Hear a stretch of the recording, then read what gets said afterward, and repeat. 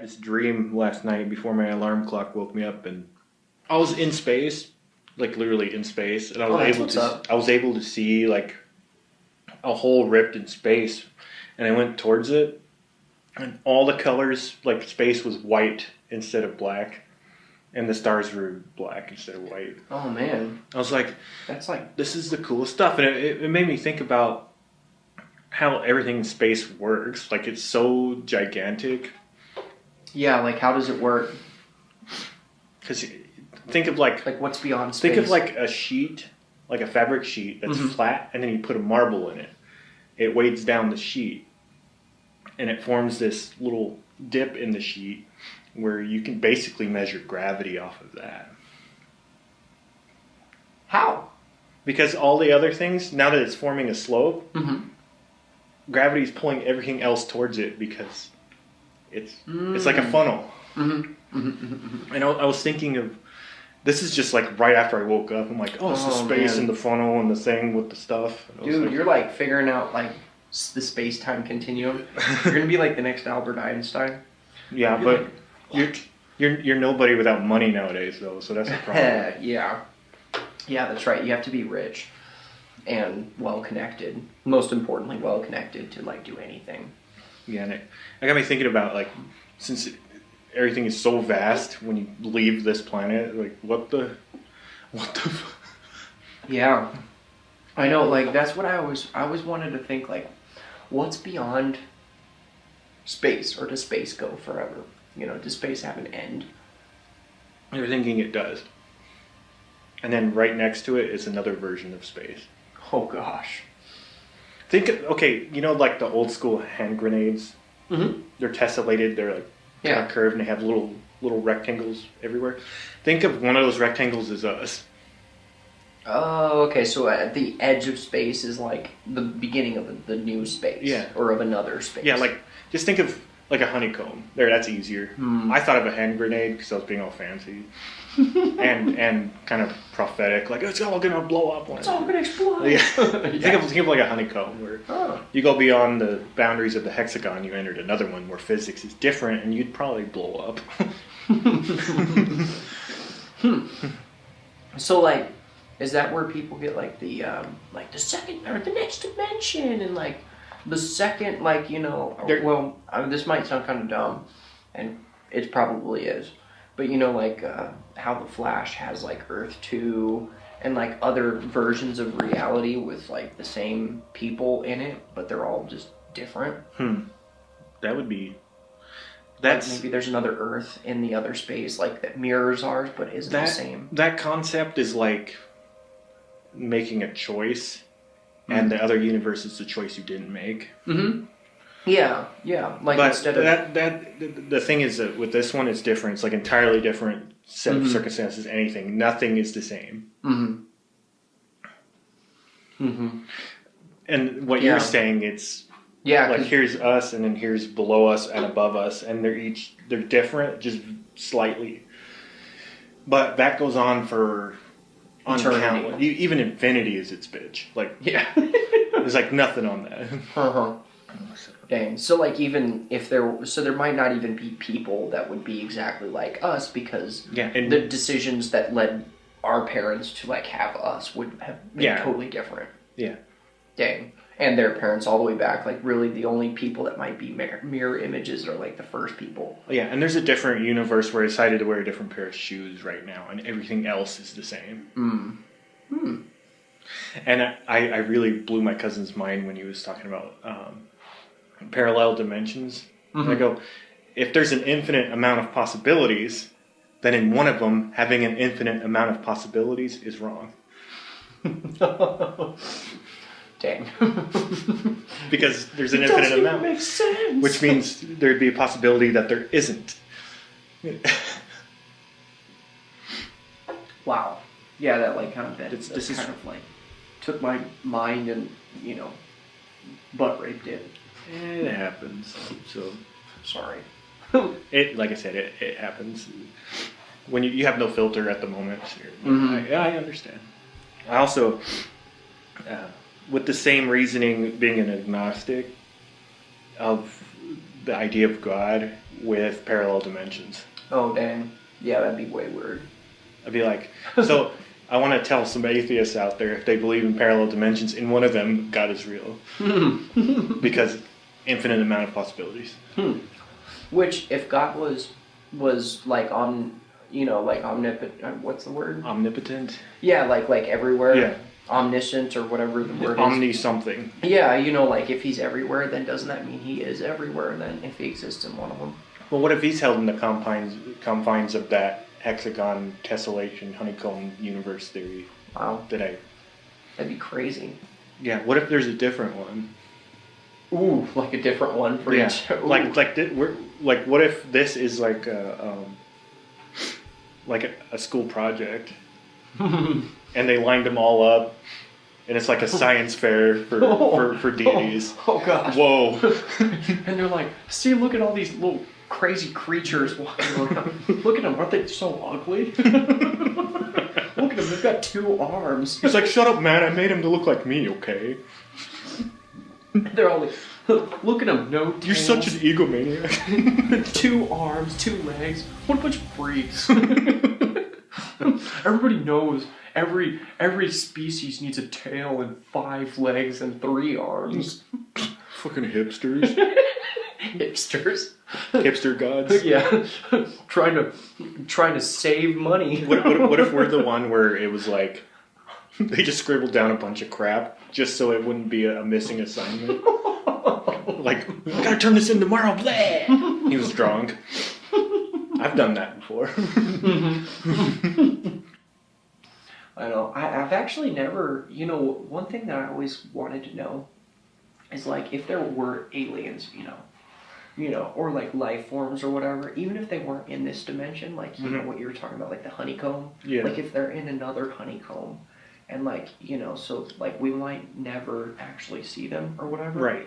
But like, say for instance, just think of it like we'll find a way to do it, but when we get over there, it's gonna hit the fan so hard. Yeah. Because physics possibly might be different over there. Yeah. Well, I always thought, I really liked that movie Avatar for this, is like, just the way that humanity is, what makes anybody think that aliens can be more vicious than we are? Like, I think as far as species go, like, levels of viciousness, I think any aliens that are out there ought to watch out for us, not the other way around. Like, I do not think it's going to be like Halo. I think it's going to be like Avatar, where we're over there, like, murdering the aliens in mass. Just how we are at the point now. Because we don't have shit on the time the Earth has been here. We're like 2 seconds. I know, yeah. So we still have a long way to go. And we're just really, I know that this is kind of a touchy subject for a lot of people, whatever, excuse me. But, we're kind of like lower evolved, beings or whatever. We're really uncouth. And, you think about even our subconscious and everything, our subconscious are still living in tribal, they're still man societies. Get in the cave, yeah. You even think about people that go to bars and stuff, and they oh, I don't want to talk to a girl. They have to get super clobber drunk in order to talk to girls because it's oh, if the alpha male in the tribe catches me, he's gonna throw a rock and kill me. And it's okay, so we're really far behind the curve on the evolution side of things. Here's how I think that happened. Evolution gave us the ability to adapt, make tools. Yeah. And now that we can do that, we don't need the evolution anymore. We've escaped evolution. Yeah, we cheated it. We're oh, well, we don't need to grow longer arms because we made extension devices for that. And now we've things to put us in the air. We've made things to go underwater. Yeah, so we don't need to change. This is where I come up with you could see evolution every day in people who are autistic. Oh yeah, that might be a form of evolution because everything now is digital and you don't need to be social to do it. Isn't that sad? Man. But just don't look at it as a downer. Look at it as a phase. Yeah. And with aliens. I also think that we're giving them traits that we have. Yeah. We don't know how to be not us. Yeah. We don't even know what would be, free of our influence. Yeah, they could be made of helium. Dang. Yeah. And we might not even be able to identify that those aliens are actually life forms because they're just so different. Right. In, like, matter or whatever. Because, like, you think about, like, what is life? What gives, like, the sack of meat that is a human being? Like, what makes it alive and able to think and stuff? It's electrical. Yeah, so it's like... It's bioelectrical. So we might not even be able to identify other, alien life forms because, those electrical things could be operating on a system that's just so different than this, slab of meat that we know is life. Yeah. Where it's like, there might be aliens on Mars and we just aren't picking it up because we don't identify anything without, like a hunk of meat can't be alive. Right. And like, because like a lot of the science journals that I've looked at, most of them are talking about like we gotta find water because water means that there's life, and it's like, well, what if the things that are alive on other worlds don't need the same things that we need, like to sustain like the hunk of meat. They're looking for life similar to us because the scientists who are looking for that often think that we came from something from outer space, like some spit on an asteroid or some alien Hoctoloogie. A lot of people think they were actually stardust, like when a star exploded and all the element, because stars are like making machines because they're so hot and they like turn into hydrogen and helium into like other things, and when it makes iron, shit gets real. And the star blows up because the gravity's crushing it and all this crazy stuff. And then it spews out all these elements around itself. And then gravity forms. Gravity could have formed the Earth from that guts. And all the elements for life were present on the planet after that. Oh, wow. Huh. So that's interesting. Yeah. So that's one of the things I've been reading. It's like, oh, cool. Yeah, that is interesting. That actually, like, to kind of take it in a weird way, though, you think, like, you get, like, your science, those Christian people that would say that science can't be true because, like, no, we're not stardust. And it's like, well, if you believe in God, wouldn't it stand to reason that God would use science to accomplish what he was going to do? Mm-hmm. So, like, like the Big Bang, like everybody, Christians, like hardcore Christians will be like, no, there was no Big Bang. And it's like, well, maybe the Big Bang is what, God, if you're going to believe in God, that's what God would have used, is a Big Bang. He's like, hey, everything's set and ready to go. Yeah, scientists are just discovering the processes that God already used and already knew about. Yeah.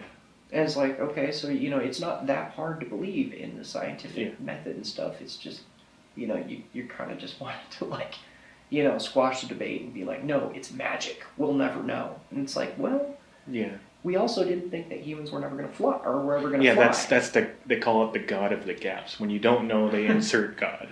Yeah. Newton did that. Uh-huh. Yeah. Everyone does, because they're using, that's the variable everyone wants to find in science, is that. What makes this work? And it's nice to hear someone say what you just said. All the time I hear, I read and hear stuff like the Christians of nowadays are like anti-science until it works in their favor, and then they thank God for it. Yeah. So it's kind of hypocritical. Thank God for the iPhone, but there couldn't possibly have been a Big Bang that God used to create everything. Couldn't happen. What? Yeah. They're like anti like surgery.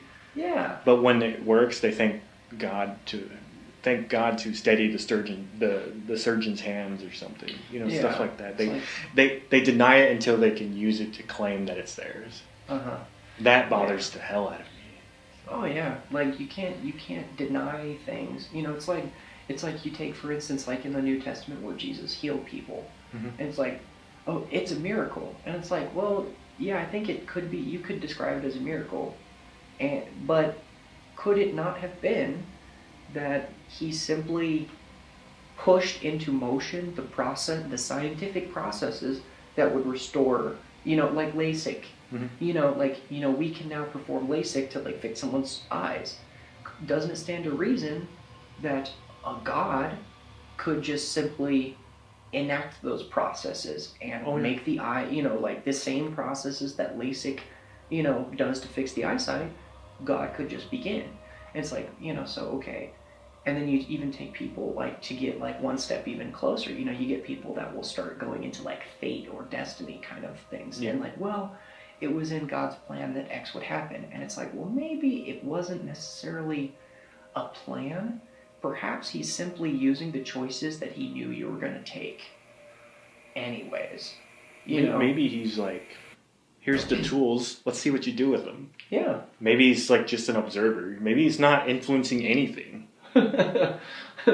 Which, and then you get people who are but that's the scariest thing if God doesn't do anything. Well, and it's he can use normal people's actions to do what he's gonna do anyways, but because he puts those people in the position or in the situations where he knows that they're gonna do certain things. Mm-hmm. So it's okay, we know that Jimmy is gonna go and kill his boss, for instance. Now, say, for instance, his boss secretly is a child rapist. God simply put Jimmy into the position where he was so fed up with his boss that he kills his boss to accomplish the purpose of stopping that guy from raping children. Yeah. What happens to Jimmy? So it's okay, maybe it's never necessarily a miracle. It's simply allowing nature to take its course. You can do the same story of that as the physics of energy transfer. Yeah, that's a perfect energy cannot be created or destroyed, it could just be transferred. Yeah. So that, that's how I see God working. So when people, are pray for a miracle, it's no, I think the energy, that's a perfect way of saying it. Mm-hmm. God is manipulating energy, but he's just allowing the transfer of energy to occur as it naturally would. Mm-hmm. And he's simply putting, the circuits, if you will, or the grounding or whatever. I see him at a war table, and he goes, he pushes the boss into the middle of the war table, and then he pushes Jimmy, and he goes, all right, and whoever wins, wins. Yeah, and he allows that energy because he knows where the energy is going to be manipulated to best accomplish that. Mm-hmm. But he doesn't necessarily directly say, I'm going to kill this guy, and I'm going to use Jimmy to do it. It's no, he knew that Jimmy had that ability to transfer that energy of rage into murder, and so he simply allowed Jimmy, the processes that brought Jimmy into that job to happen. So Jimmy got into the job, so he would allow Jimmy to channel that energy and kill his boss. What if Jimmy didn't kill his boss? And what if he? Yeah, didn't? See, that's the cool part. Yeah, so it's but that's the other thing too, by Christian theology itself, God is love. And what do you need in any circumstance for there to be true love? Freedom of choice. Mm-hmm. So when I say the concept of this free-flowing energy, God is a God of love. He is. He's the author of love. So if he really loves you, he put Jimmy into that position where he could or could not kill his boss. But ultimately the choice was Jimmy's. The choice was Jimmy's to take action or not. So it's a weird paradox where, the Christians would say, God is sovereign. He allowed Jimmy to come to that position. But it's up to Jimmy whether or not to channel that energy, to transfer that energy into rage or into patience. So Jimmy killed the child molester, right? Yeah. But he didn't know he was one? Yeah. So would that make him just a murderer in his mind? Yeah, it does. What happened to Jimmy after he killed him? Yeah, and that's the other thing. Yeah. And then you start getting into a moral, dynamic where it's the right or the wrong of it. And this is where I see a fundamental problem with, a lot of people's morality. Everybody's what can be right for some people can be wrong for others and vice versa. And it's if morality has to be, a fixed point. You can't have truth be true for some people and false for other people. Because I think people are kind of foggy on that area. Yeah. Because you could do something here be considered rude and disgusting somewhere else. Yeah, exactly. I heard this great debater. He talks about morality must be central, and here's the reason why. In some cultures, people teach their children to love their neighbors. And in other cultures, they teach their children to eat their neighbors. Yeah. And it's like, so morality has to come from somewhere. But it's like, okay, so where? Where does morality come from? Where does it ever say in the nature of law that molesting children is wrong? Now we know that's wrong. Right. I'm not trying to say that it's not. Yeah. But where does that thought come from? So, in the anthropological view of this is the morality that 80% of people have is what keeps the tribe alive. Mm-hmm. And so without the evolution of morality, feeling guilty when other people are sick, there's a thing in your brain that actually makes you empathize with that. Yeah. So morality is an evolutionary tool to keep your people alive. Mm-hmm. Because if everyone's a disgusting child molester, or rapist or murderer or anything, we wouldn't be here. Yeah, your tribe would disintegrate. You wouldn't be here. So So it's like, it's an interesting and complex thing, and it's like neither side is willing to talk and find a compromise that can at the same time be logical and at the same time acknowledge that there must be a fixed point of morality. Like, in order to say that something is good and something is bad, regardless of who is saying that thing, you must acknowledge that there is, on some level, a law, a natural law, and there has to be a lawgiver for there to be a law. So it's like, okay, so there must be something, whether that is simply electrical transferring of energy, or, and whether you want to give that transfer of energy a name, such as God, right. You must acknowledge that is so. But, there must be a lawgiver. But at the same time, it has to be logical. It has to be rational. He has to work in ways that can be understood. So it's like both sides need to start like realizing that the other side has a point. Yeah, exactly. That's kind of what we just did. Like, I know some things you don't, you know some things I don't. So it's like, we just talked about it, and we're both blown away at the same time. It's like, whoa. But anyway. It's good. I want people more to talk, and instead of like just shut them off because they have a different view. Yeah. That's what annoys me so much is when people intentionally stay in confirmation bias situation. Like you're never going to grow as a person, and like understanding like that empathizing. I think like if you're going to give like where does morality come from, I think you got to think about like whatever that electrical switch in all of our brains is that empathizes, like I think that's where law comes from, and I think that's where God works, is in that empathizing switch. And if you shut that off, because you have the choice to shut it off or turn it on, if you shut that off and won't listen to to understand someone else, I think you're really closed-minded, and God's not going to be able to work in you. Whether you want to give that transfer of energy name God or whatever. Yeah, that's like a Spinoza's God, where God is nature. That's it. Yeah, He doesn't judge you. It just is. Yeah, like you have to be willing to allow Him to show you things that maybe you wouldn't be happy to hear. Yeah. On another point, it's like, when my side, we're agnostic, atheists, whatever, it is a very bleak and scary world without having something like that. And I think that's what gravitates people toward the other way, is the unknown. They can't stand it. And I live in that. That's my thing. I love it. So. Yeah, and I think ultimately, like people that think, that it's scary to like not have anything. To me, using Christian ideals to describe being an atheist, it is the most humbling thing you could ever do. Like knowing that you're a piece of dirt in the biggest You don't matter to whatever's going on. You really don't. Yep. And this is something I would say to like anybody that would look down on your point of view is, you know, I think if your God can be understood by you, even if you've got a college degree, even if you've got a doctorate in theology, if you can explain the nature of God, then your God's not big enough to solve your problems anyways. Like, you know, so like, I think regardless, whether you want to take a Christian theology or not, if you're not feeling that same way that you just described, like, then your God's not big enough to like have created the universe. Yeah, because that's like going back to the alien thing. We're giving something we don't understand human traits. Yeah, yeah. So, but anyway, we put it back to a full circle, and that's the end of this episode, however long it is.